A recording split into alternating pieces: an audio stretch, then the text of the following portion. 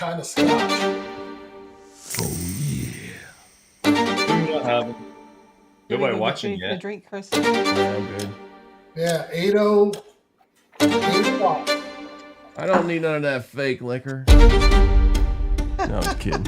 If you learn how to drink scotch. Man. Man, I know how to drink scotch. Nobody watching yet. Make sure you like, if you're Yeah, listening, 8 make sure you like. 8 o'clock. We're going to be going over Harley-Davidson at its crossroads. Somebody's got their speakers on. Could you turn that down? If you learn how to drink scotch. Can you guys learn how to use your phone? I know how to drink scotch. Wow, Make that's sure you neat. like. We're going to be going over Harley-Davidson at yeah. Somebody has the volume on their phone up. I turned mine down. It's echoing bad. Yeah, mine's down. Lights down. Mine's down. Mine not. Is it good now? Yeah, I don't hear the echo now. All right, good. Like, share, subscribe. Don't be shy. Max is in the house. Les is in the house. Harley-Davidson is in the garage being repaired right now as we speak. I got the wrenches out, and we're going to be tightening some bolts and nuts tonight, folks. Be ready for an engaging conversation with these pros, ex-Harley riders, and I want to be one. That would be you. Possibility. Give me a good deal. We'll be looking it up. I've never owned or test ridden a Harley in my life. Really? Really? Really. Your Why opinion not, man? is out the door, Why Max. You're done. Hey, I'm a little bit under the weather. I'm not feeling well, so this might be a short podcast. Oh, you look like crap too. Does that help? You know what? I upped my game because Connie said I looked like crap last week. I literally went to sleep, and when I got Wow. home, I mean, I wasn't feeling good at all. I just went to sleep and said, this is done. I'm done. I'm just gonna call him and tell him I'm canceling this bad boy. But then I woke up like 15 minutes later, and I said, we got to do it. This show must go on.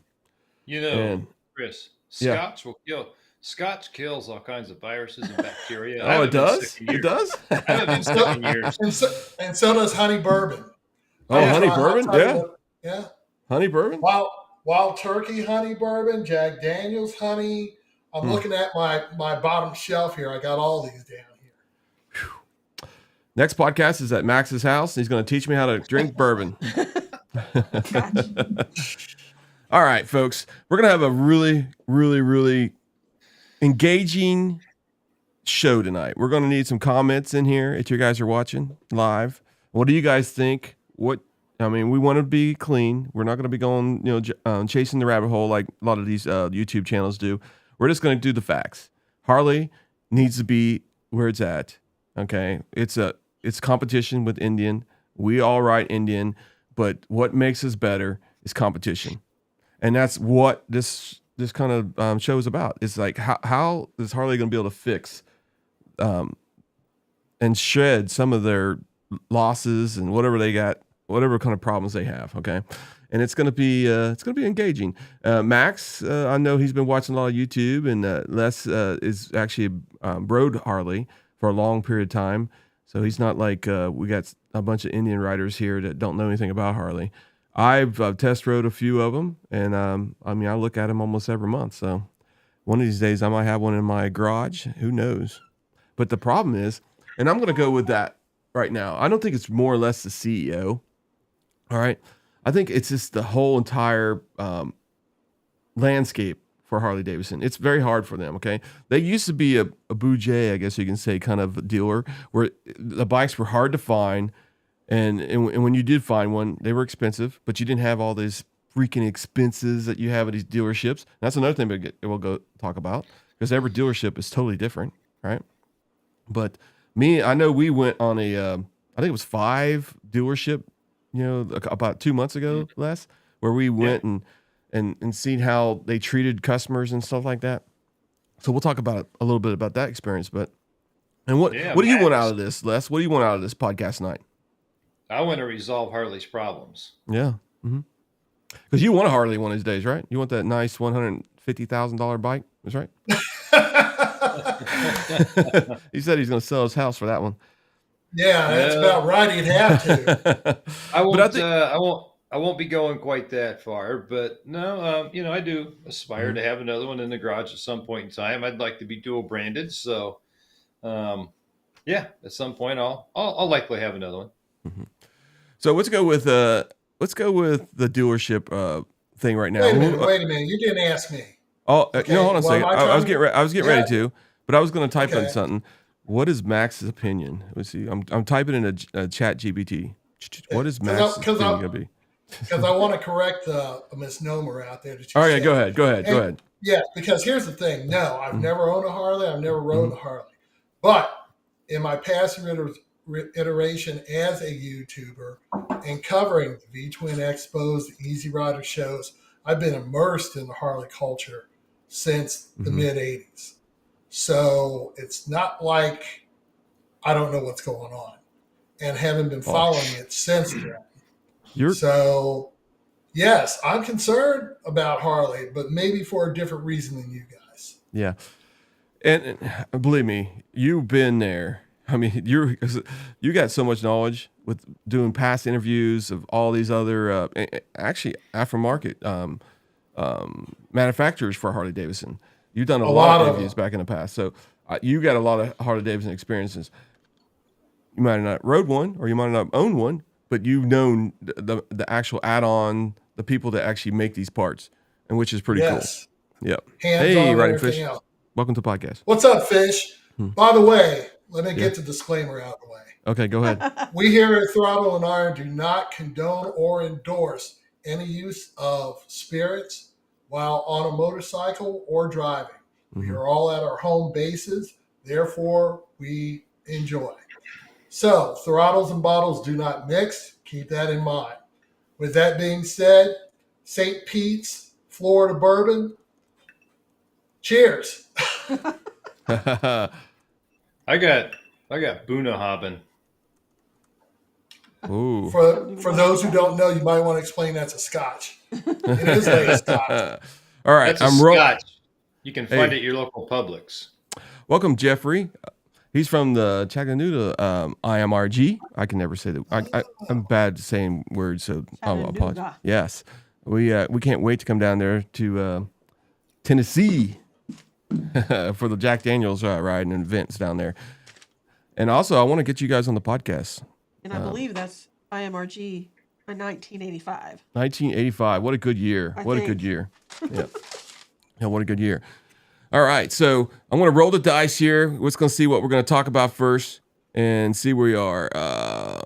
It's working. Immediately challenges. Okay. Where's it? What does Harley-Davidson stand for in 2025? Okay. Silence. Silence. What does it stand for? I mean, right now it's all over the road, right? I mean, it really is. I mean, they got some fabulous bikes out. I think one of the things, what my opinion is, they got some fabulous bikes out. I think the pricing is, with inflation and stuff like that, is very high. And it's kind of out of my, wheelhouse, man. It's not going to be in my garage because it's so expensive. Indian's a little bit cheaper, and they're nice bikes. 112 is very powerful. Stands against that 130. Pretty easy. That's my opinion. And I think Harley has a little bit more cosmetic looks than Indian, but man, I think the ride is more comfortable on Indian. So, I mean, there's a lot of pluses and minuses with both most manufacturers. Competition is great. Hopefully Indian comes out with something different with the Challenger at the end of the year. We'll see how that works out. Maybe. I don't know. I'm just guessing. I don't know anything. I'm no insider. But my opinion is that I think Harley needs to find out where they stand at. And it's basically their actual culture is their riders, right? I mean, the groups, the hogs, the stuff like that. I mean, that is where I think they need to start with, but they also need to get the newer rider in. And I think they did a great thing when they put that Nightster. I think it's a Nightster, right? 9999. Get that thing underneath $10,000. I actually They seen reduced one. it, yeah. I seen one today. Somebody bought one. So I mean, I know they're buying them. I mean, that got them in the door for $10,000. I think it's something Harley needed to do. But what is their plan to get that rider into a touring motorcycle in the future? If that's the way the future is going to go, I think it is. I think people are still going to be touring like crazy. I don't think that's ever going to disappear, and I think that's their main money maker. So that's my opinion. What's your guys' opinion?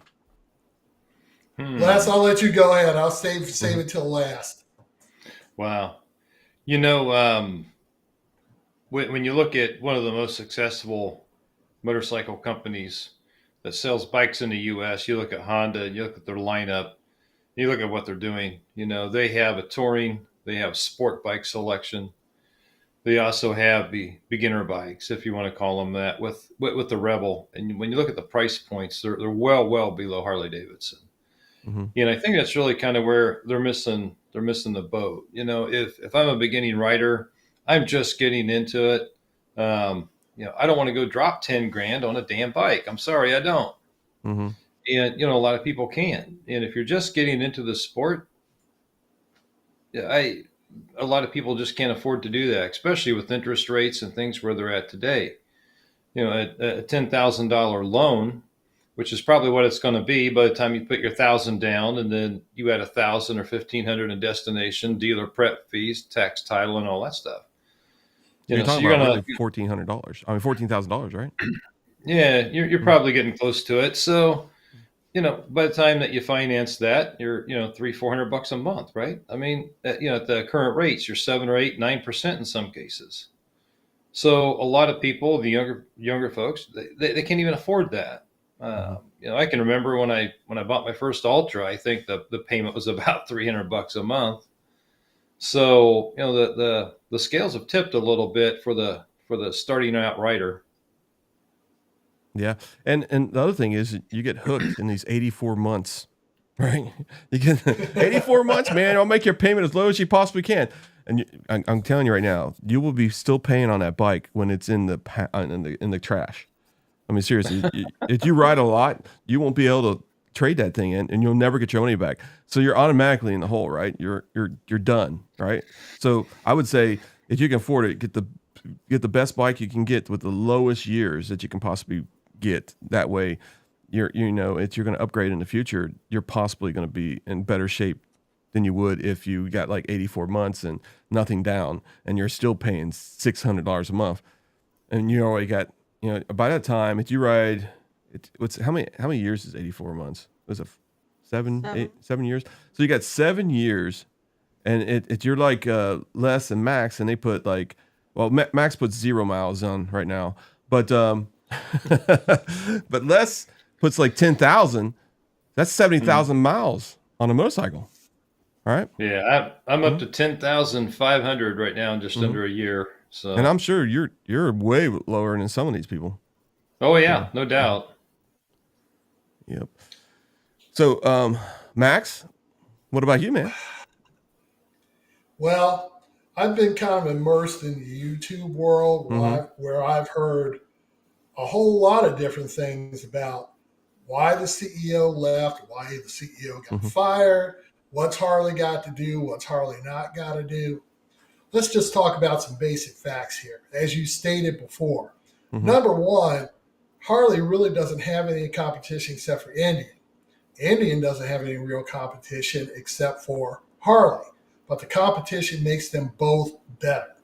Because right now, I would say the edge does go to Harley. As far as the tech goes, the look goes, it's always won the paint scheme battle. But those new Harleys are something else. Plus, I think that their Sawtail line is just got a little bit of an edge on the Chief line. So there you go. My argument with Harley has always been the same. If I'm going to pay, a premium price for a bike, a touring bike, big bike, street glide, road glide, CVO, whatever. If I'm going to pay that kind of price, why am I going to spend anywhere from $3,500 to $10,000 to make the bike run right, Mm-hmm. the way it should have run from the factory. It's hard because I can barely afford the base price of the bike, and I've got to spend more money to get it to run right. That's the one thing I like about Indian. I really don't have to do anything to an Indian. What those people do is slam a pair of slip-ons on there, maybe a cat delete, and an air cleaner, and you're good to go. You're good to go. You don't have to do one other thing else. That's what keeps me attracted to the brand. As far as Harley with their marketing strategy, I don't want to be controversial or anything else, but I think Zeitz got in trouble for doing the very thing that he needed to do. And to me, we all know that the Harley-Davidson rider is getting older, not riding 800,000-pound motorcycles anymore, really maybe not even riding anything anymore, and they're dying off. I mean, guys my age, and I'll tell everybody out there, I'm 67, I'm 3 years light of 70. So, yeah, I'm fitting in an age bracket real nice, and they're going by the wayside. And when you talk about who can afford a bike like that, it's guys usually 45, 50 or older. I don't see a 21-year-old buying that bike. If they do, more power to them. But then you're on the 8-year plan, like Chris said. I think Zeitz got in trouble for reaching out to minorities and women because they are underserved markets as far as Harley-Davidson goes. Their advertisement is not really geared for them. Younger people, minorities, which if you look on the Harley-Davidson website, there's always been a link to Black riders, a link to Hispanic riders, and everything else, and women riders. So more of that was happening, but he got in trouble for it and he got canned. So I still think whoever they bring in, yeah, he should be an American, but more importantly, he should be a rider who understands the culture and can reach those underserved markets, because that's the only way Harley's going to grow, as far as I'm concerned. That's just my opinion. Direct all the hate mail to me. Well, I think you're kind of right. And what the problem is people don't like to change. And believe it or not, I ask people, some of the Harley riders I know, I said, what do you think about the new bikes? And the first thing they say is about the new technology, and they don't have the analog gauges, and they don't have this kind of stuff. But you're driving the latest model Ford truck or the latest model Chevy truck, and it has all that stuff. And Chevy still has some of the analog gauges and stuff like that. But if you ever looked in a Dodge truck, holy cow, it's like a freaking spaceship. But you don't want that for your motorcycle, and it's crazy. Well, I mean, you really don't want to, because at night, it gets a little distracting, especially with all that stuff. And I started thinking about this the other night. I said, well, I wish Indian make it a bigger screen. Yeah, I want to make it a bigger screen, but I don't want to be so distracting that it kind of, because we already have so many distractions already, right? Or we got to be focused on a lot of things, like cars coming out, not stopping at the stop signs, not, turning out in front of us and hitting us in the ass and that kind of stuff. Yeah. I think I'm being honest, Indians probably really advanced that. One of the best things they did this year was that back, what is it? Rear end collision warning. Yeah. Oh my gosh. And a lot of people. Lane change warning. Mm-hmm. Yeah. And that's a lot of people, awesome. And you know what the first thing people said about that was? That's worthless. Then everybody that test rides a motorcycle and say this, it's a game changer to know that somebody's on your left or on your right. And that's what the problem is. There's a lot of people are just resistant to change. They like the same, pecan pie. They never want to change their freaking recipe. They get mad that somebody changes it on Thanksgiving dinner. And the next thing you know, they're leaving the house upset and that kind of stuff. And I think it's that's kind of a strange analogy. I'm sorry, but it really is in life. That's what a Harley rider is sometimes, and an Indian rider sometimes. It's like they like what it is right now, but we like what it is right now. But the younger generation wants something different. They got cell phones. You know, a lot of these motorcycle manufacturers where you can almost put your cell phone right on that's your speedometer and everything. It's right there on the dash. You just stick it in there, and that controls your speed, your RPMs, and it shows you all that kind of stuff. That's what a lot of the manufacturers are going to there.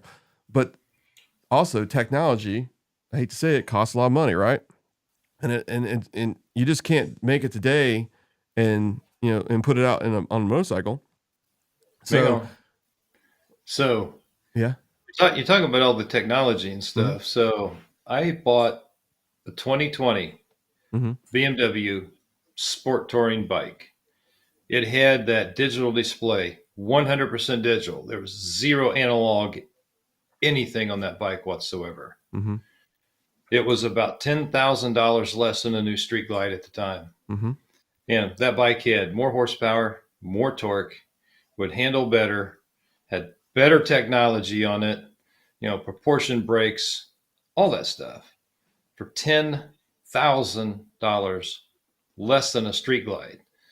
And, in a Street Glide at the time, still had the little needles on the gauges. They didn't have half of the technology. So, I think there's a path to get there. How does Harley do that? And, everything that I've read about people's wants from Harley-Davidson, has been, look, we need something that's less expensive. We need something that has more technology. We need lighter bikes. We need some earlier starter bikes, those types of things. So, it's great that they're cram jamming these things with small LCD TVs up in the fairing and all of that. But, when you're driving the cost to the point where people can't afford it, it's mute. You can make $1 million of them. If you can't sell one, it doesn't mean anything. Yeah. And what I would also say is, hey, by the way, I'm just going to put a hook out there, guys. Like and subscribe and share this podcast. Okay. Max needs the money. Max needs the money. He needs to buy a new bike. He's retired. Yeah. We only fixed income. You're right, but we only wish we could monetize this damn thing. Anyway, I agree with both of you. The thing is, I'm going to ask you, Les, is one question. Yeah, go ahead. So you were on that BMW. It had all the tech, and it was not doing anything. How many of them did you see at a rally? How many of them did you see on the road? Yeah. How many Not did you many. see in Sturgis or Daytona? Not many. All Not right, many. and that's the problem. Yeah. Harley has always had the edge in the culture wars. India's slowly but surely catching up, but it's still a fraction of what Harley does in the culture wars. A lot of people have told me you buy a Harley and you've got a whole new family and everything else. Chris bought an Indian and got a whole new family and one acquaintance. So I mean, yes, motorcycling does bring together, but if you're going to sit here and tell me that the type of motorcycle you ride doesn't matter, it does. Yeah. I mean, I rode metrics I've been riding for 35 plus years. I probably had my metric for the first 31 of those. And I caught a lot of crap, but most of it, I would say, was good nature ribbing. But yeah, if you're, what have I always said, guys? I was a black guy with a white girl on a Jap bike. I wasn't real popular in some circles. What can I tell you? So,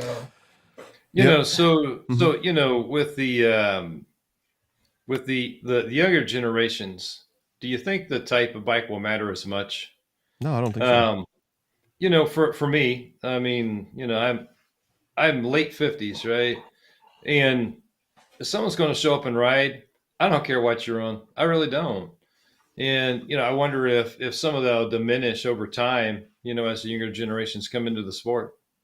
That's what I want to do. I want to plug IMRG because that's what they do. It's a family, and you can ride what you want to ride. Eventually, you'll be riding an Indian. I hate to say it, but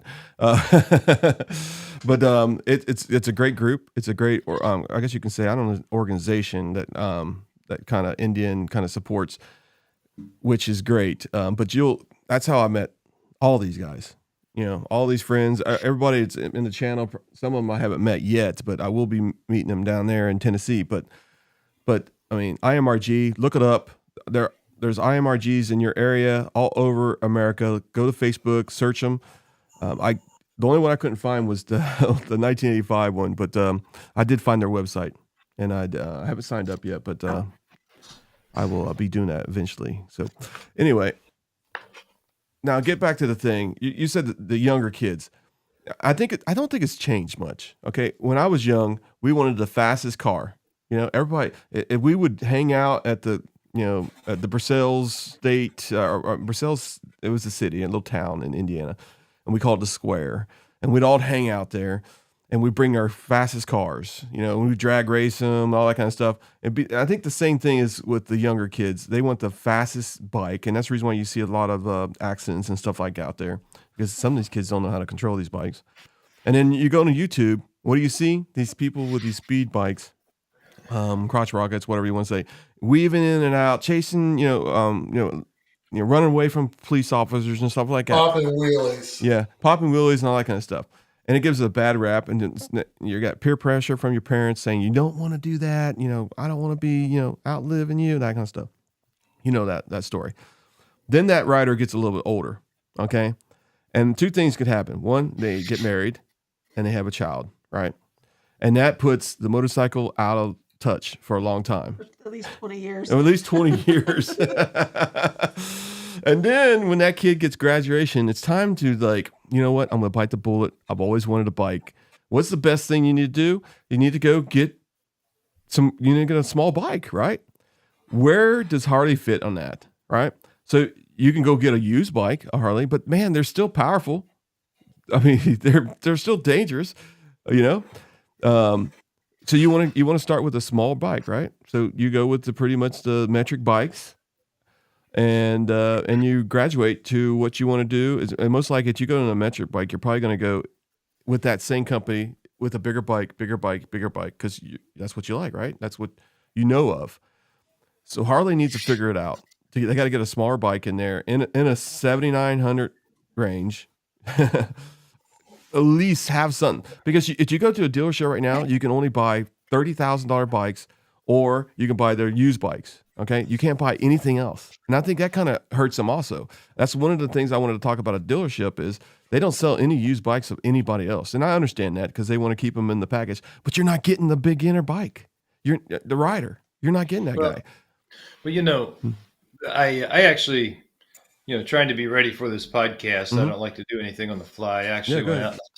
I looked up stuff. I took notes, right? So, you saying I did take my notes are all up here. Yeah, well, I have really bad memory, but one of the most common themes that I found, where the question was asked, "What should Harley do to fix their problem?"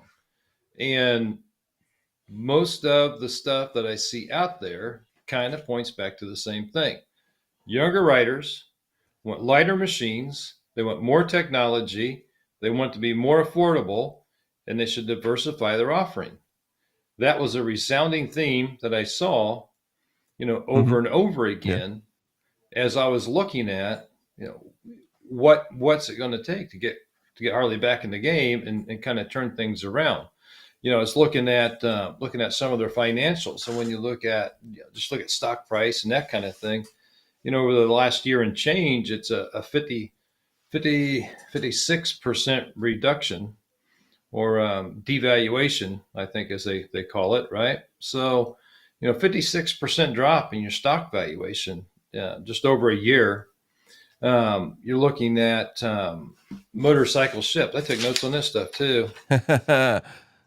But, when you look at revenue, an 11% decrease from 23 to 24, 11% decrease in revenues.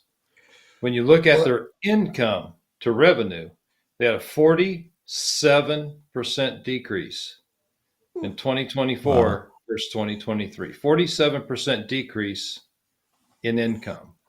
So, But here's the thing. Harley's numbers are straight, because except for the motor clothes and their finance department, that's their business. Mm-hmm. Indian's numbers are hitting in Polaris's numbers. Yeah. So I'm sure it's comparable, if not the same. Going back to what you said, yes, I'm sure people do want that from Harley-Davidson.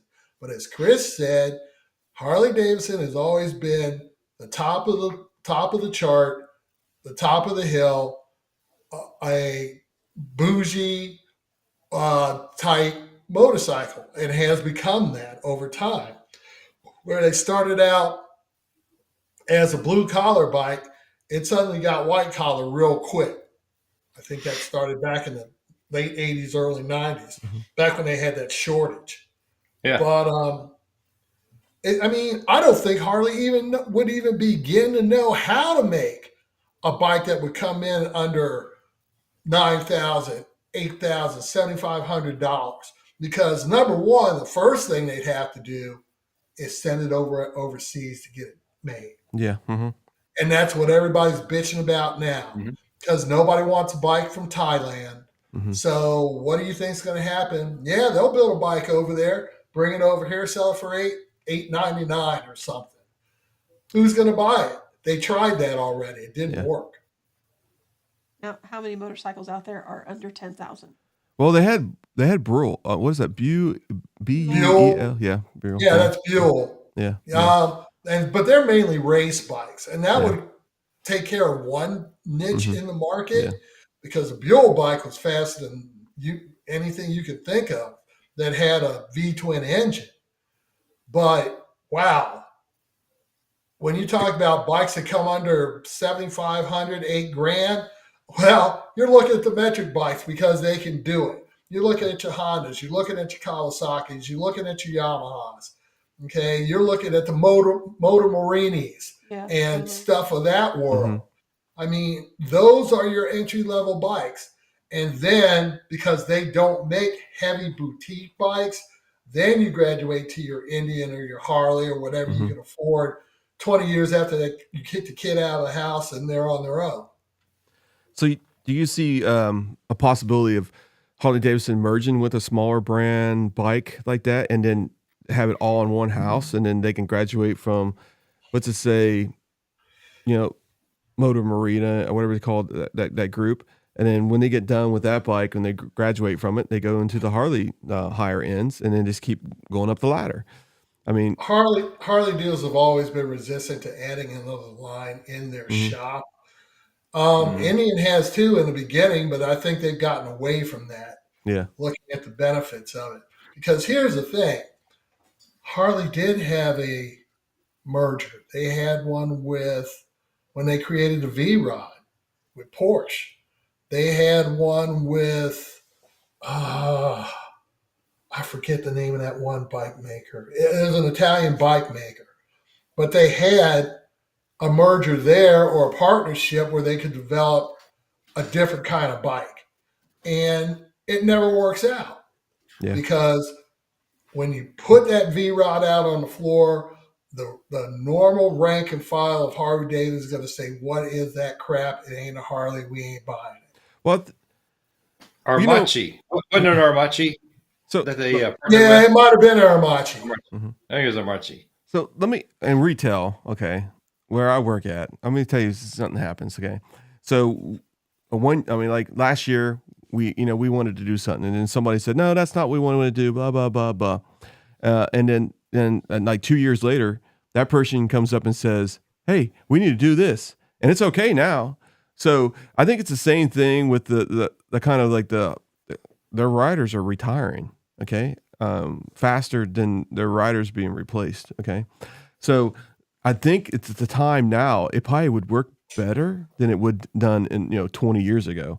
I don't think it would have worked then, because their riders were 50 years old. They were 45. They wasn't in their 60, 70 years old now. They're top of their their riding chain, or a tree, or what do you call it, food chain. So now it's time they're going to reevaluate. They're going to have to change. So what is the right direction for Harley-Davidson to change? That's the question, because you look at 2023 versus 2024. There was an 11% decrease in revenues, right? Now, all the latest projections coming out of the motor company say that in 2025 there'll be an additional 5% on top of that. So, I work in procurement. I'm a numbers guy, Mhm. and I say the math is the math. Mhm. So, whatever formula they're using right now doesn't seem to be working. Yeah.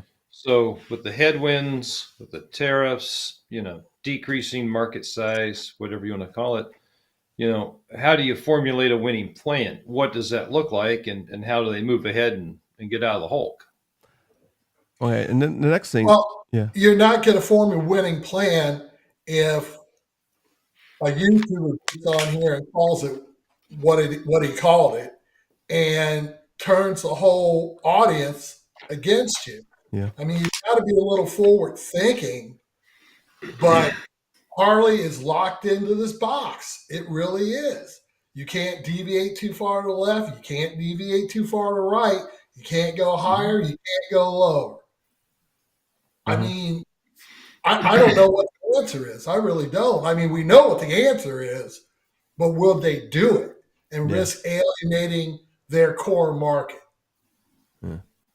Well, Yeah, it's a great question. Again, to me, the numbers are the numbers, and if you put the right formula together, the numbers come out and they turn out what you want. And right now, at least what they're forecasting doesn't seem to be. And to your point, Max, what do you do? What's that formula look like? Well, Hey, if we had that answer, we could be CEO of Harley, right? no kidding. Well, I told a couple of days ago, Max. Sorry to interrupt you, but I told him a couple of days ago I signed up. I mean, I put my application in. I haven't heard anything yet, but yeah, I suspect you won't. yeah, me too. But hell, I look at it this way. If I became CEO of Harley, guess what? I don't think I'd last as long as Yoke Insights. I really don't. I think they'd be after my head inside of 2 Well, years. yeah, I think that's probably something that we'll have to do. They'll have to do is it's a short term investment in a CEO right now that's got to do some whipping changes, and people in this world these days they don't have very good memories. Back in the days, if you had a recall or food or somebody got food poisoning, that damn restaurant would freaking go out of business, right? Because everybody would know. These days, you have a recall and it's on salad, and people are complaining why you don't have salad on the shelf. It's like, I don't care about the recall. I want the salad. I want to have salad tonight for dinner. So I think it's like, geez, it's crazy out there man. with people with their the way their thought processes are these days. So believe it or not, I think one of the things that they really need to do, and it's going to be hard, because they're franchising. Pretty much every dealership is franchising. They don't have like their own like Harley dealerships, and Indian's the same way. How can you change the whole entire dealership structure to benefit the actual consumer without tearing up the financials of a mom and pop business? And I think that's one of the things they got to, because one of the biggest things I hear about anybody that's buying a bike is all the hidden fees. It's all the hidden fees. It's all this, all that. And you go to a dealership that says, "Oh, we're transparent." Believe me, the hidden fees are in that damn price somewhere. Okay? Yeah. And you're not going to get a deal. There's no walking out. Oh, these are the hottest damn bikes. Nobody, you're not going to find a cheaper bike. I mean, this bike cheaper anywhere, any dealership. And that's where we need to get competitive at the dealerships also, where they got some wiggle room to, these margins can't be that freaking low on most of these bikes unless the manufacturing is so expensive. I mean, you have people making $40 an hour building these bikes. That's Harley's fault, right?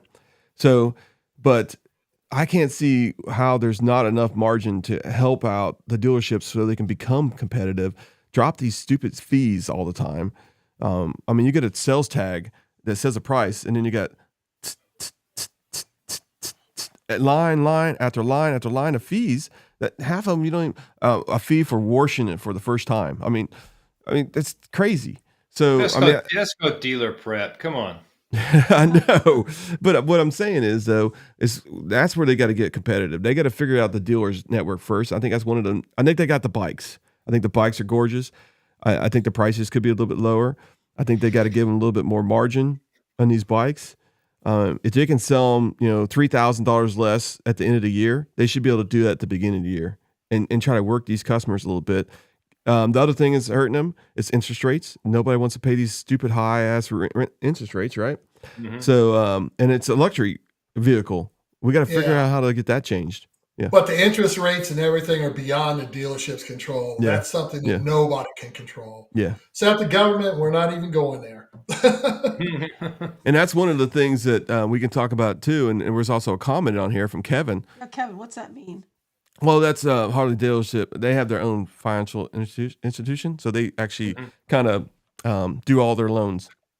So isn't it Eagle Harley Finance makes or their own something loans. like that? So they're thinking about selling that off at the end of the year. Oh, is that what the financial arm is? Yeah, he's yeah, talking about? Oh, yeah. okay. Mhm. So they got their own bank basically, and they do all the loans, and they also do all their own repos and stuff like that. So it's kidding, but yeah, that's they're thinking about selling that. I think that's a good idea. I don't know if that is not making money, which it might not be, because when you're talking about out the door of some of these bikes, $55,000, and people are hiding them in their garage because they're not making payments, that could be. But did you see what Kevin said?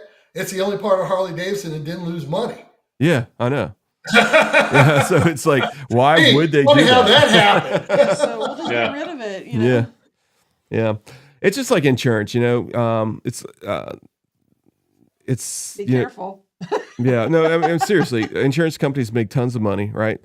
Even though they get sued every day, and they also, pay all these expenses for these medications and stuff like that. There's more people paying into the system than there is people defaulting in the system. And it's the same thing with there. I'm sure they have a lot of defaults on these loans, but there's more people paying with the interest rate and that kind of stuff than they have people defaulting on them. So, but yeah, that's probably the reason why they're making money. So, but so what do you guys think about the dealerships? I mean, come on, Les, you've been to a couple of the dealerships I have. What do you think needs to change? Well, I don't know. I have my own opinions about some of the dealerships that I see. Some of them, when I walk in, look very reasonable. The people are very personable, and they want to talk to you about bikes and, sell you a bike if that's what you want. Mm-hmm. Some of these places I go in, it looks like the friggin' Walmart of Harley-Davidson with 2 stories, 300 bikes or more. And it's just,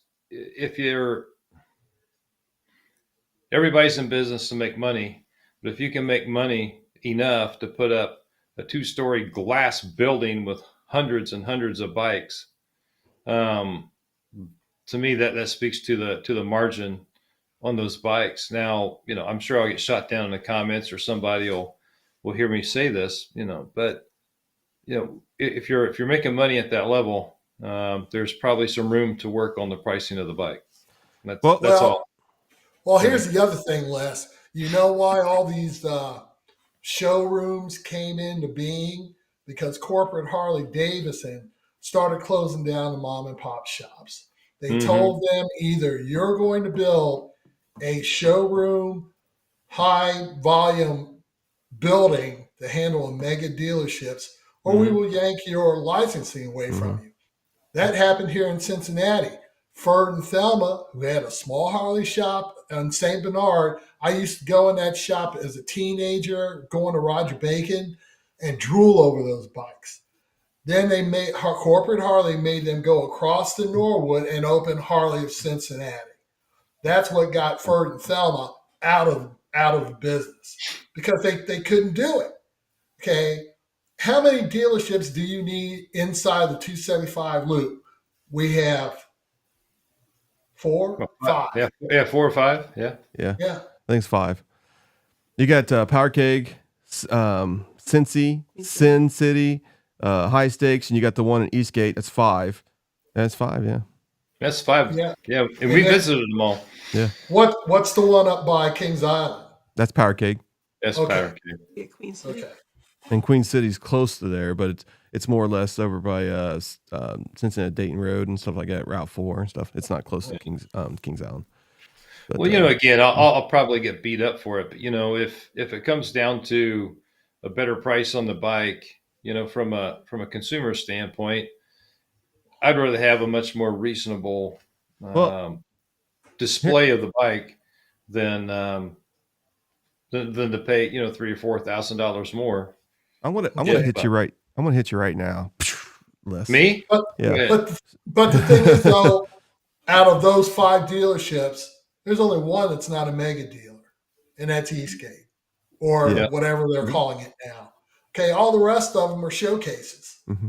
That's because Corporate Harley has told them, build one or else. Yeah. So, well, you also got because I know which one you're talking about. What is it, Cincy? What is it, Cincy? What is it called? yeah, I'm not calling them out. Queen City. I'm not calling anybody out. No. Okay, so here's the what one in Norwood. Yeah, here's what you're saying. Okay, so they have a nice building. It's 2 stories. It's got bikes everywhere. But the difference between that dealership that I see the other one is they're reinvesting it into their customers, because look how many rides you want to go to their store. They do so many rides. They do so many food night trucks. They do. I mean, it's a freaking event, that place. And they also have a training course on the side, so they actually do the Harley-Davidson training thing. And they got to be selling some bikes to have a building like that, right? I mean, that's got to be expensive. Mm-hmm. And I know that dealer only owns another one, and that's in Washington, D.C. Okay, so he's only a 2-owner dealership for Harley-Davidson. And like I said, that's what came out of ours, is our favorite kind of Harley-Davidson dealership in Cincinnati. It's really nice. And I mean, all the other ones were great, but that one, he didn't pressure you. He didn't like, hey, you got to buy a bike today or get the hell out, that kind of stuff. He didn't follow you around with a soda in his hand and a candy bar trying to feed you every second. Which one was this? Where was it at? Because I don't think I was with you for that one. Yeah, Queen City. Nobody chased me with a candy bar. Nobody did. It's not. I know one of them followed you to the bathroom. That was before I was on a diet. Somebody with a candy bar and a Coca-Cola, I might have bought a bike that day. Yeah. Their clothing line, though, a sweatshirt's like $100. A hooded sweatshirt. Yeah, it was pretty expensive. Yeah. But Indian's the same. So yeah, it is. Yeah, I motor clothes are motor clothes. I still think Harley has the edge in motor clothes, especially in functional ones like rain gear and stuff like that. Mm-hmm. You're just not going to beat them. Mm-hmm. But, it is what it is. Motor clothes keeps what coming in.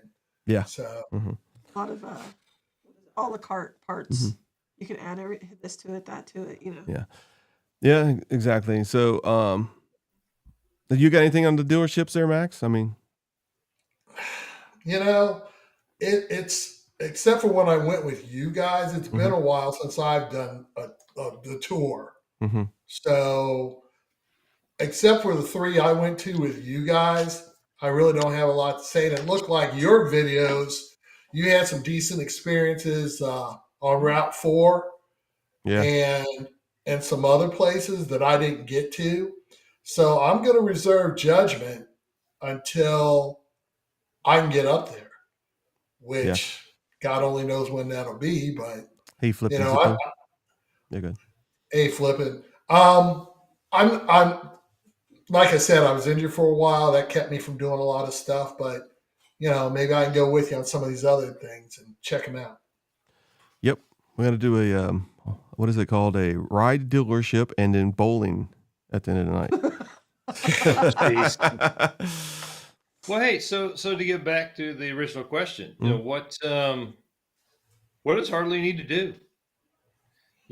What do they need to do? What do you think they need to do, Les? If you were the CEO right now, Les Stonebreaker, the new CEO of Harley-Davidson, what would be the first thing you did the first day? I don't know. Give myself a raise, probably. I don't know. I don't know. I honestly don't know. Some of the things that we've talked about, when you look at, most of the results from when you ask people what they want a diversified product line. They want less expense, more tech, right? And small and, lighter, more nimble bikes kind of thing. They've kind of played around with that. They had the street, what was it, Max? A street 500 and street 750 or something like that. Yeah. That were complete failures. Yeah, they didn't work out well. So I think they tried to serve that beginner market, at a lower price point. Those are very small, light, lower cost bikes, and I don't know. You from a Harley perspective, you've tried to give people what they want, or at least what seemingly people are saying that they want, and then it's rejected or it doesn't sell well enough to keep it. So I honestly don't know. I don't know what I do. Well, I asked a wise person what Harley should do if it was first day. And the first thing they would do was call the culture for a meeting. All right. This is exactly what it says. It says, we're not just a motorcycle company. We're a movement. And right now we're stuck in traffic. And basically that's what they're doing. All right. So reunite the rider first mission. Invite riders, influencers, and dealers and roundtables. Because right now, YouTube, everything's the biggest thing. Get these people involved and take over social media network. I mean, we got some good ones out there, like, the Harley. What's the guy, that Shade Tree Mechanic? I mean, he rides mostly Harley-Davidsons. I mean, they got tons. Sanibel. Yeah, they're all going to be at their homecoming. So you got Traveling Tall. You've got Cycle Fanatics. You've got Marvel Kid 87. You've got tons of people out there that are covering Harley-Davidson, and they are the people that they listen to, because God knows they've got them at the home. They invite them to homecoming every year. They have roundtables there. They give them demo bikes and stuff. I want to know when we're going to make this list, because that's something we need to get on seriously. Yeah. If I got a Harley to ride with Harley homecoming, you bet I'd be up there. And they're going to pay my hotel and everything. You bet I'd be there. Yeah. Next thing is kill the dead weight, man. Cut the fluff. Focus on riders actually want. What do they want? Ask them performing models, which some people like, oh my God, but there's only 10% of the people who ride them. We have to do that. Streamline the category, focus on touring, performance baggers, cruisers, and EV if it's done right.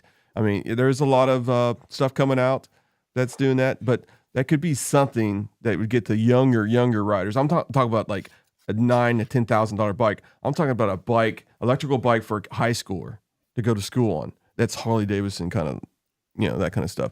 To get them in the name. Get them in the name when they're young, Reboot. No, we're not going to do that one. It said reboot Livewire. No, we're not doing that one. That's, Launch and build not, what is this one? Build not bought program. Custom is king. Let's make it official. That you know what? That's 100% right. So when you go to the dealership, you go to the Harley dealership, and they offer you $2,500 for add-ons. Just have the damn add-ons on the bike, and have that price automatically. All right, and then you won't have to worry about it. People don't want to freaking worry about the stress leaving their bike there after they buy it because you can't get it. You go, oh, come back in a month and we'll put your add-ons on the bike. I mean, you want the bike out the door and you want to ride, right? That's the whole idea, right? I mean, so factory backed built kits with they also have trashing, Saddlemen, Clockworks, etc. Thrashing. Yeah, have a Harley certified builder network. Hey, that's a good idea. Where they're certified this is certified Harley. This is what we want on our bikes. That kind of stuff. Media takeover, which we kind of do. Overhaul the YouTube and TikTok preference. I mean, because it kind of sucks right now. Partner with it says partner with Throttle and Iron, Cycle Fanatics, Adam Sandoval, Shade Tree Surgeon, and more. I mean, I don't think we're that big. Maybe one of these days we'll get that big. But And then podcast segments, intros, get involved in your customers. You want to get involved in the younger versions of us. We love motorcycling and we know what we want, but we're kind of like closed off to what we want. The newer rider can be changed. So yeah, that's all I can say right now. Well, Harley doesn't even make like any type of like quote unquote crotch rocket type motorcycle, right? No. For the younger crowd. No. Not anymore. The Buell was their last attempt at it. Yeah. And they canceled the Bronx, which would have been a Street Fighter type bike. And everybody wanted that bike. Everybody wanted the Bronx. And they just won't bring it out because it alienates their damn culture. Just get it out. Just bring the damn bike out. Who cares? Make some waves. Because you've got all these categories that are basically for more older, like the Grand Touring, the Trike, the Cruiser, the Adventure Touring. That's a category all on its own. But I think it's what there is for a younger crowd. Yeah. The Sport, which isn't really, that's an intermediate. To me, that's a move up from a beginner bike to, just a sport bike. But there's no crotch rockets here for the younger crowd that. Well, it's a different experience, different bike. And yes, they would have to take over another, they would have to merge with somebody. And I would think it'd be the best way because you bring all them riders that ride on that right now and bring them together. So you have a whole new family, of bikers, which they can progress into that bike, but they would have to find the perfect fit. Yamaha maybe might be something that would be, because it's back in the day and they had them bikes. And then go right into a Harley-Davidson, so. They could put that Revolution Max engine in a Street Fighter type bike and have an instant seller. And if they went ahead and made it in Taiwan and shipped it over here, they could probably make it for $9,099 or something like that. Yeah. Unfortunately, yes, you'd have to have a come to Jesus meeting with your rank and file and go, hey guys, leave these kids alone. They're buying bikes and they are Harley riders. Mm-hmm. Okay. Leave them alone. Yep. So one of our people watching, the viewers, were talking about they were in a I think some kind of, let me scroll up here. I think he went to a riding event. Oh, in North Carolina. And IMRG 2021 went there, and I don't know if Kevin's still on here.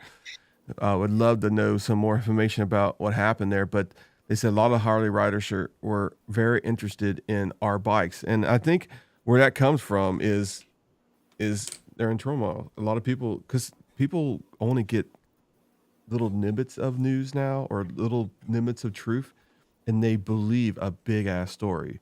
So they think Harley-Davidson's going to be gone, it's going to disappear, and that kind of stuff. It's not gone. It's not going to disappear.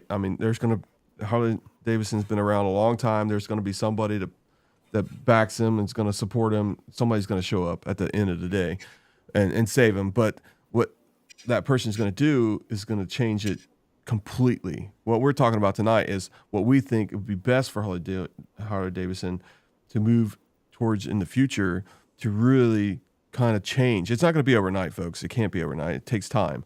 Right now, there's a big majority of Harley riders are so into this.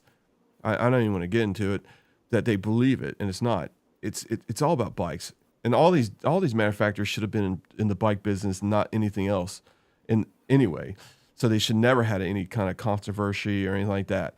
It should have been just the bike, the rider, and the experience, and move forward from that, and they would sell more bikes. But you got people like, if I wanted to be a YouTuber and I wanted to draw a bunch of controversies, I could have 1 million followers, but I could be saying so many freaking lies, but I'd have all these freaking followers believing me. It's almost like a cult these days, where you go to where everybody believes everything in the world, but nobody looks for facts. Nobody really goes and figures out what happened. Like, it's like going to like, if you go to Harley-Davidson. What? I look for facts. I look for numbers. Numbers right here. I look for numbers. So if you go into a company like Harley-Davidson, they have like a Hall of Fame or a history wall about what their first bike was they made and what their last bike was. Okay, there's nothing else in there. It's only about what the company was about and what they made and what they discontinued and that kind of stuff. They said this bike ran from 2001 to 2011, so on and so on. There's nothing else on that wall, and that's what Harley and that's what Indian needs to focus on. And that way they stay out of all this bullshit, and we can enjoy riding a Harley-Davidson and an Indian without somebody across the street, yelling at us, saying, you should be riding that bike, blah, blah, blah. Who cares? Who cares? Let's stay out of the politics, stay on the riding. And that's my idea, or that's what I would do if I was the CEO of Harley-Davidson. So, all right. Made some good points on your little friend you had there. Oh, yeah? What's that? Yeah, like some good points you were reading. Yeah, I know. My little friend helps me out all the time. Yeah, I bet. Yeah. You know what I'd do if I was CEO of Harley? What would you do?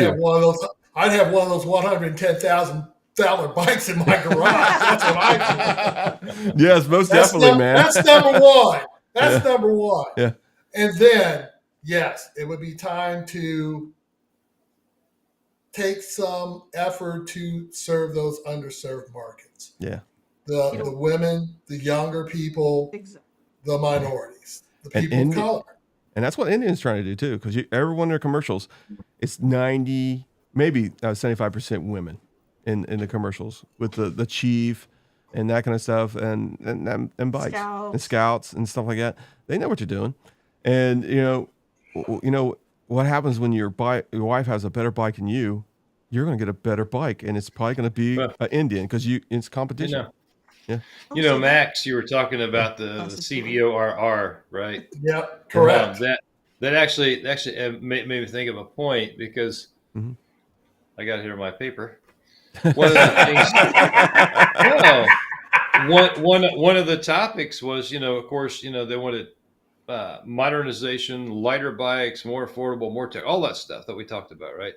But one of the things that they talked about was they've kind of ignored that, and instead of trying to figure out how to serve the market, they modernized their touring line, their typical lineup, and they put out the CVO and the CVORR, so that they're really, instead of trying to focus in on a key, I'll say, segment of their business that they're not serving today, they really just they came out and tried to go to the more affluent customer and stay on this high end, and and they've kind of left everything that's down below.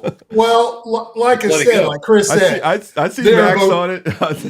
they're a boutique market, a marquee name, bougie, as some people would call it, because that's where the money is. Now, again, there are great deals with Harley-Davidson if you stay in the soft tail line. A Heritage soft tail is the most all-around bike you could get.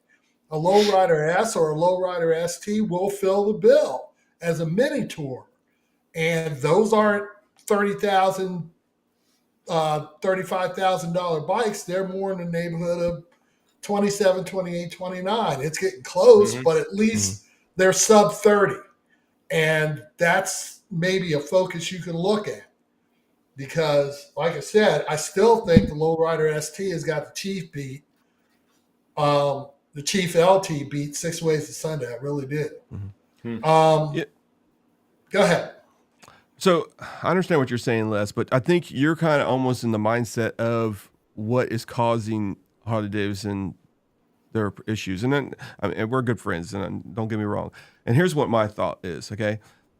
Even though I'm, 52 years old, I kind of like the technology. I kind of like that kind of person, but I'm kind of, a lot of people say I act kind of younger than I am old, I guess you can say, when I at work. I hate to say this, but I don't think that was a compliment. I know, but everybody comes to me because they say, hey, I can't get this thing to work, and because I'm kind of like the IT kind of person at the work and that kind of stuff. So I kind of like the IT, that kind of thing. And you said the younger crowd wants that, and then Harley brings out these nice freaking bikes. I mean, I think they're gorgeous. They come out with the new screens. They come out with the new engine. But what the problem is, the older riders are the ones are at the campfire saying, you know, that new technology, that kind of sucks, that kind of stuff. And they're talking around and they're on their Facebook and they're chatting and that kind of stuff. But that's what Harley needs to push. They need to push because they need that rider, because that rider is probably not riding anymore. That person is probably, the reason why they're 11% down is because their rider base is retiring, I think. And they're getting three-wheelers. They're getting the Spiders, the Rikers, and that kind of stuff. And they got to figure it out. They got to get, I think the technology is good for them in the long run. I think that's what they're doing. They're betting for the long run. The CEO wasn't for the long run because he had to do the change. He had to create the movement, and he had to piss people off. He's the fall guy now. He's done. He's done. Yeah, now the done. new guy is going to come in, and he's going to have to move forward, but he's also going to have to pull the culture with him and merge it with the new culture that they're trying to create. It's kind of what Jeffrey said. Did you read his down here? Yeah. Mm-hmm. Well, I read it. I think he's right. Yeah. Yeah. Yeah. So that's my 2 cents. I think this has been a great podcast. I mean, I hope this thing blows up. I mean, you guys got to share this. I mean, there's a lot of opinions here, and we're all friends, and we're all ride together, and we're all family, actually, pretty much. At least until the day, anyway. I was going to say, Les, if I was CEO of Harley, I would definitely get rid of the $115,000 motorcycle instantly. So what were you going to do with it? You build a whole nother type of bike for this younger crowd and for women. What am I always looking at? Well, that one weighs too much for me, Chris. That one weighs too much for me, Chris. So yeah, I'm looking at the weight. I can't help it. Yeah, I mean, that bike is really the one you want, the Lowrider ST. Okay, it's a great bike, but there is some design flaws. But to get that fixed, because it has mid controls, but they're way too high. Okay, for us or you, it is you have to spend another $2,000 for. Right. And I think that's where you should be able to upgrade certain things with no charge to fit the rider. But where Harley is right now, if you want the bike to fit you, you have to get upgrades. You have to get better shocks. You have to get better this. And there's no choice of getting the same thing at a different size, that kind of stuff to fit you better, like handlebars. That's $500, $600. Okay, because you're tall and you want to be up here. I know it's going to cost you more. I mean, there should be certain built-in expenses in the bike to fit the rider out the door. And I think that's what they're missing. I think Indian is kind of the same way, because if you want mid control, it's going to cost you $600, $700. It's ridiculous. Yeah. All you're doing is another part moving it backwards. All right. It's the same part, just smaller. And they're going to charge you $600 for it. That Lowrider ST in running order is 721 pounds. Yeah. What do I ride right now? Like 500. Yeah. That's a big difference. That's 221 pound difference. Okay. And a lot of people. Hey, I haven't seen Connie ride yet. So Exactly. I just ride here. Connie, I don't like my bike. And this is, I was going to say the same thing. Me and Jeff, man, we think alike. All right. The bike is only as heavy as slow as you go. Okay. So if you're going to go 5 miles per hour, that bike's going to feel heavy. Okay. Especially when you're turning and someone's going to fall over on you. Hey, you're never going to know if it weighs 700 pounds unless you drop the bike, for one. Okay. And there's always going to be somebody's probably going to help you pick it up. Okay. But when you're moving, you're never going to really notice that bike's 700 pounds. I mean, I've got nothing in my notes about all that, by the way. I knew I liked you last. Okay, wait a minute. Before we go, Yeah. I want to hear Connie describe what she thinks an ideal bike should be. Yeah. Because the pegs are too high. They're not high enough. It weighs too much. It doesn't weigh enough. What are you talking about? What do you want? Yeah. Exactly. Okay. What do I want? Okay, what do I want? I want a Lowrider ST, basically. I like the way it looks. I like the small fairing. I like mid controls. But I don't like, I want a tank. See, that's why I don't get an Indian Scout. because I know you guys are going to have to stop for me and get gas because it has a 3-gallon tank. It's a 100-mile tank. We have to stop for Jen and those other people with scouts anyway. What's the point? I want a tank that holds at least 5 gallons. Well, I mean, So there it is, 5 gallons. the chief. Unless you go to the aftermarket, you're not going to get it on a bike that small. Yeah. Well, see, that's what And I'm I saying. mean, That's no what I bike. want. Well, I mean, but the chief Okay, is I pretty close to understand that. That's what I'm looking Yeah. for is something. I want a 5-gallon tank. Mm-hmm. I want bags. So I want like a I want- Rider ST, all right. mid controls. You can get away with Street having a light. 4-gallon Street tank. light chieftain. Yeah, I can tell you right now. Yeah, exactly right. When you get to that high on a ST, you're pretty much in a street glide or a chieftain or in that price range at the beginning. So that's another thing. I think it's kind of overshadows the upgrade that you have, because did you get the high end lowrider ST, which is out the door, is probably going to be as much as or actually the actual street glide and the road glider is going to be cheaper. So the base model, the very base, Yeah, not base having model. anything. Okay. So would you rather go straight there and get the street and road glide? But they're not going to tell you that. They're not going to. They really want you getting that ST, lowrider ST first. So yeah, gonna have to go metric. That's right. She's got a Yeah, Vulcan S right now. So Again, lowrider ST, 27.9, 28.9, and then you've got to spend $1,500, $2,000, $3,000 to get it to be the way you want it to be. yeah, That's Harley's some game. It always has been. yeah. But I think Yeah. right now, I think people already bought. I mean, did you get the truck? Most dealerships, if you go looking for a truck, most dealerships they might have one base model that has AM, FM radio truck. Everything else it's got the nice rims, the 19-inch, the 18-inch, whatever you want. It has all that stuff.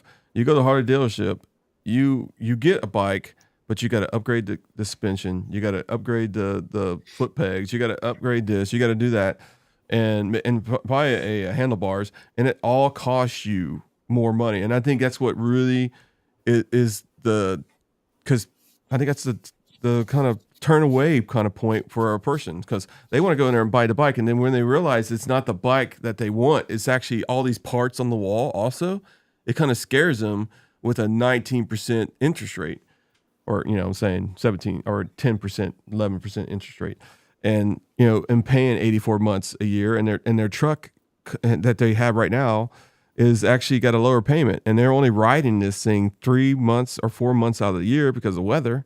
Fine. Not what? Well, maybe 9 if you really push it, but it's in the garage sometimes, 3 or 4 months. Like right now, we're not used to having this bad weather this time of the year. We haven't really got our bikes out even yet where we live at. So, you got a good day here and there, and that's it. Where you get 120 miles. What's that? I've got over 1,000 miles so far this year. So, so every chance that the sun's been out or the temperature's allowed it, I've been out on a bike. So, there's been some opportunities. Yeah, but what I'm saying is that a person buying a bike, they take that in consideration. They don't. They're not riding right now, and they're going to a dealership and they're seeing it's, oh my gosh, it's $600, $700 payment. That's as much as my truck, and I can't even sleep on it. I'd fall off of it if I tried to take a nap. In a truck, you can just pull over to the side of the road and you fall asleep, and you can stay there for 6 hours and you wouldn't have to worry about it. But it's probably another topic, another day. We'll see what happens. We'll give Harley-Davidson 3 months and kind of like revisit this topic, see what happened, see who the CEO became. What was his first day? What did he do first day or Their first week? Day. Yeah, their Might first be a day. girl. It might be a girl. Who knows? Dang it. But we'll see how it goes. And right now we are all 3 Indian riders, and we are part of IMRG, and there's probably one near you. So look it up. I know they're trying to get their website, Indians trying to get the IMRG updated with all the new chapters. There's tons of chapters not listed.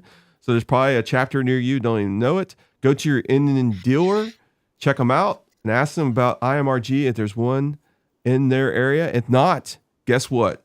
Start it. I'm sure people will follow you. Be a leader, and people will follow you, and you will have more friends than you ever possibly have. But I'm going to tell you, one of the couple things you need to do is you got to have somebody that helps you with creating rides, somebody that helps you kind of engage with people on social media, and you got to share and enjoy the ride, because that's what it's all about. It's family. Be part of something. So that's what's great about IMRG, and I don't think you can get that in a lot of other places. Go It's ahead. about family and one acquaintance. And one acquaintance, me. All right, final thoughts there, Max. What do you got? Well, I think we've covered opened enough can of worms to give people some food for thought. Yeah. But as far as Connie goes, Darla, I don't know if anybody's going to ever build a bike that you want. I know. That's why I don't- drive a Jeep too. You know, but, like I said, I'm sure there's an aftermarket company that makes a 5-gallon tank for a Scout. There's tons of, Yeah. if you just have to have a 5-gallon tank. But I don't know. Well- See, that's the kind of person that we need that Harley, Indian all need to design bike for. Make a bike for Connie, for Christ's sake. Yeah, give me a call, please. Yeah. And have it with the little wheelchair things that come down at stop signs, so it keeps her up and then goes back up when she takes off. Oh, Okay, you're an gee, ass. well, So there's there's a contest this week. Someone has to come up with a name for that model that Connie would buy. It has to be in the comments next The week. Conster. Conster. Uh-huh. All right, Les, you got anything? Final. No, a lot of good conversation. I think Harley's got a steep hill to climb. To that point again. I don't know what the heck I would do to fix it. Right now, but love the brand, love the heritage, and I fully anticipate at some point in time I'm going to have another one in my garage. So I hope all the best for them. I'm not sure how they fix it, and hopefully they can find a path forward that gives them a strong business model and they're successful. So, All right, I do have a few announcements. Hopefully we don't have a guest. Hopefully it will be Jeffrey Maxwell next week. We'll see if we can get him on here for next Sunday. We'll talk about the ride up there in Tennessee. It's gonna be a fabulous ride, and what's so funny? Somebody Yeah. says Yeah, big wheel. big wheel, yeah. Big wheel trike. That's what it's gonna be. Thanks, Jeff. Gosh. And we don't have a guest yet, so we don't know what the topic is. I do appreciate everybody watching. It looks like tonight we had up to 20 people almost watching at one time. Really appreciate that. Throttleandiron.com is live right now.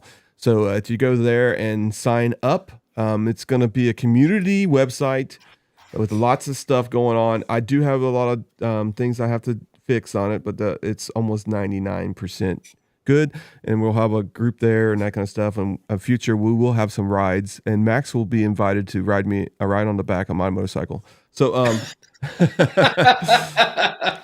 we also have Apparel over here. If you just take your phone and highlight your camera over here on any one of these, support your folds of honor. We do have our own little